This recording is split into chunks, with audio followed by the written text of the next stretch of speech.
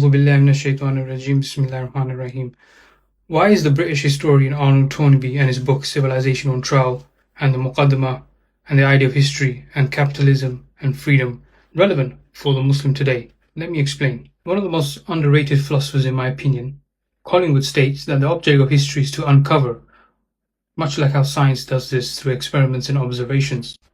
Interestingly, he states that the object of history is to understand the actions of human beings in the past and also interpret the evidence we have. So Ibn Khaldun in chapter 2 states that the one who lives in comfort and luxury, a sedentary lifestyle, similar to most people, will always be indulged in evil as compared to the Bedouin who understands hardships and is very self-efficient.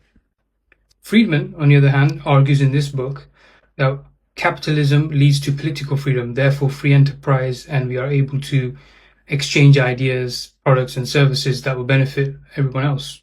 So in Toynbee in Civilization on Trial, chapter 10, Islam, the West and the Future, he distinguishes two types of personalities in history. Number one are the zealots who hold steadfast aggressively to their traditional ways and they refuse to adopt what one would say Western/modern methods of economy, freedom of speech, so on and so forth, and all that nonsense.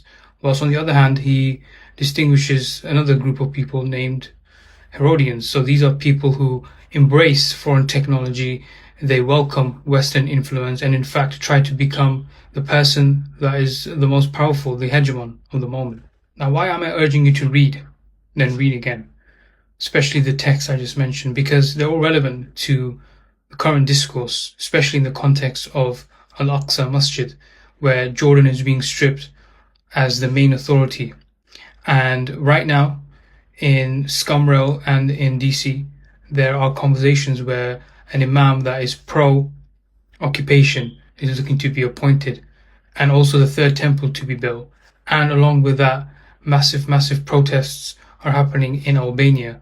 And what the Muslims are doing, are we embracing the master or are we sticking to our old ways? Well, here I agree with Toynbee, where we must pick a different path and not go to either extreme. And the only path at the end of the day is the Quran.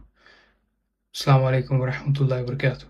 As a bonus, Charles Issawi in his book Cross-Cultural Encounters and Conflicts in chapter 4 breaks down Ibn Khaldun's perspective on prehistoric civilizations and the reason for absorbing language, technological advancements, economic theories, and of course conflicts. So this is a book I highly recommend you read if you're interested in delving deeper into the Middle Ages and the ancient